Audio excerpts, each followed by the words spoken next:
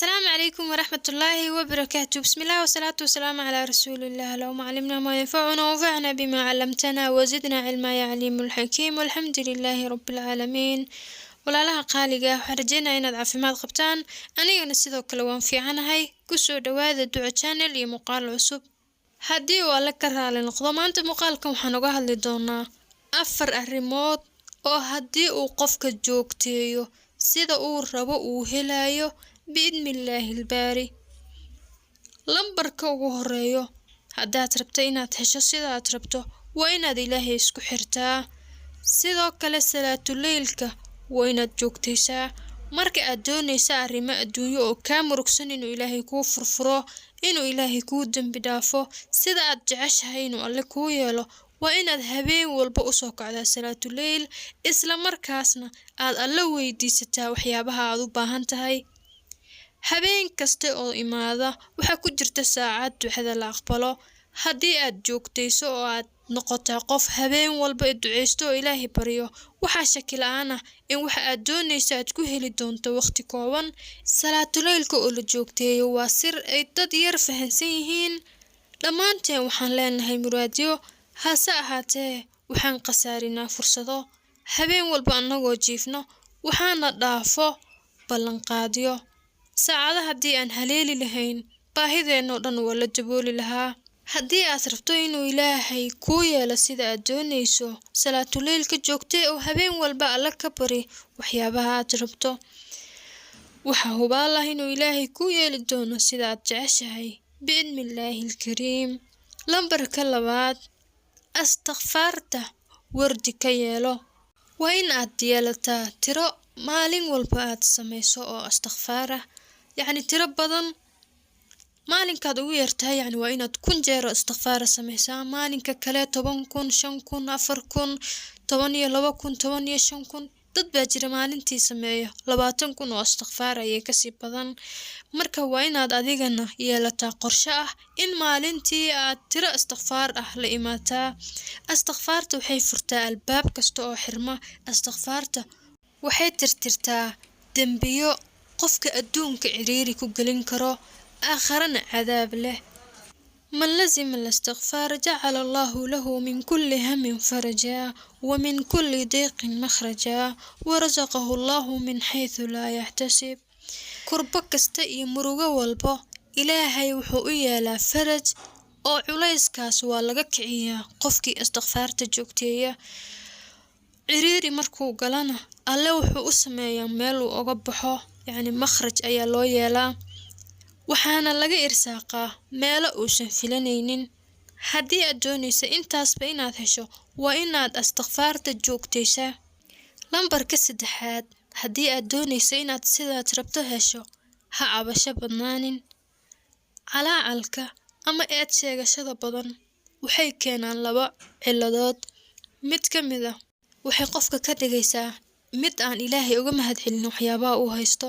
mar walba haddaad calaacasho haddaad cabato haddaad eed sheegato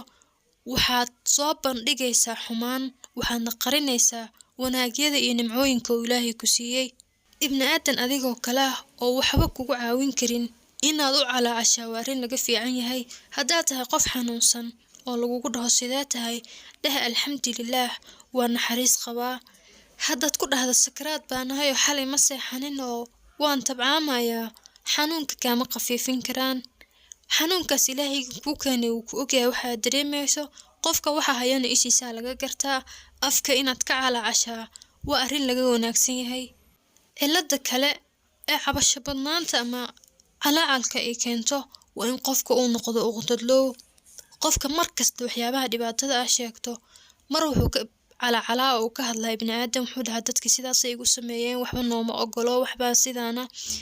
marna ilaahay buu ka cabtaay oo wuxuu leeyahay xanuun baa intaasoo sano i hayay waligay naxariis ma helin dhibaatadana ay gaartay meel walboon istaaga waxay iga sii kala fakadaan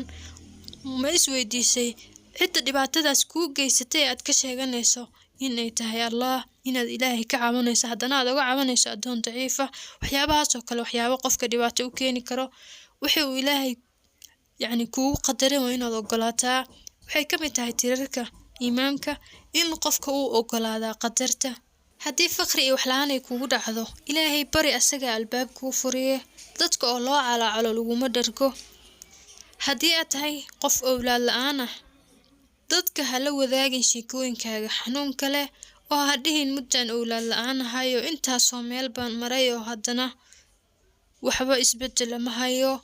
ha dhihin dadku waxay igu caayaan heblaayo ma dhasho ama hebel ma dhalo taasi macno ma samaynayso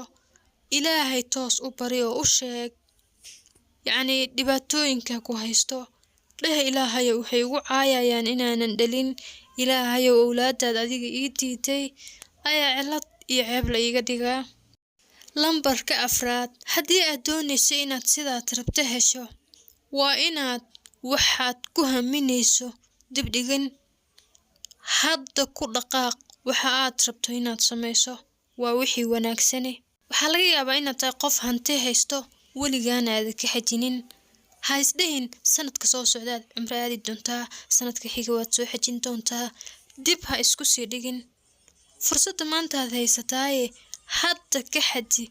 hantidan aad haysato intii hadhow laguu su'aali lahaa maxaad uga xajin weyday hantidii aan ku siiyey yacni taasi waa iska tusaalo wax walba oo aad rabto inaad qabato cidna garan mayso inaad gaari doonto bilaha iyo sanadyada soo socdo shalaytadana sideedaba waa xaraan wax walba markaad ku hamiso horay dadaalkeeda ka bilow waxaa laga yaabaa inaad tahay qof iska baagamuudo ah haddana waxaad ku fikiraysaa inaad lacag samayso inaad taajir noqoto inaad wax walba reerkiina u qabato inaad adiga horumar samayso ha fadhininoo ha sugin fursad ku soo raadisa iyo shaqo iyada kuu wacatee adigu shaqada raadi adigu dadaal samee adigu soco waa dacal kasta oo nolosha ka mid ah ayaa u baahan dadaal xitaa hooyada owlaada korsanaysa waxay ku aaminaysaa ilmaheedaas inay hadhow baariyo u noqdaan laakiin ilmahaaga si ay baariyo u noqdaan waxaa ka horeysa in adiga ay ka helaan tarbiyad wanaagsan guusha iyo ruuxa oo hela sida uu rabay waxaa lagu gaaraa qofka oon isdibdhigin qofka oo fursadda ka faa'iideysto isla marka ay ku soo dhacdaba dadaal ku bixiyo oo ka dhaweeyo laakiin hadday bilba bil kuu dhiibto sanadba sanad kuu dhiibo hadhow waxaad is arkaysaa adigoo meel aan wax laga qaban karin joogo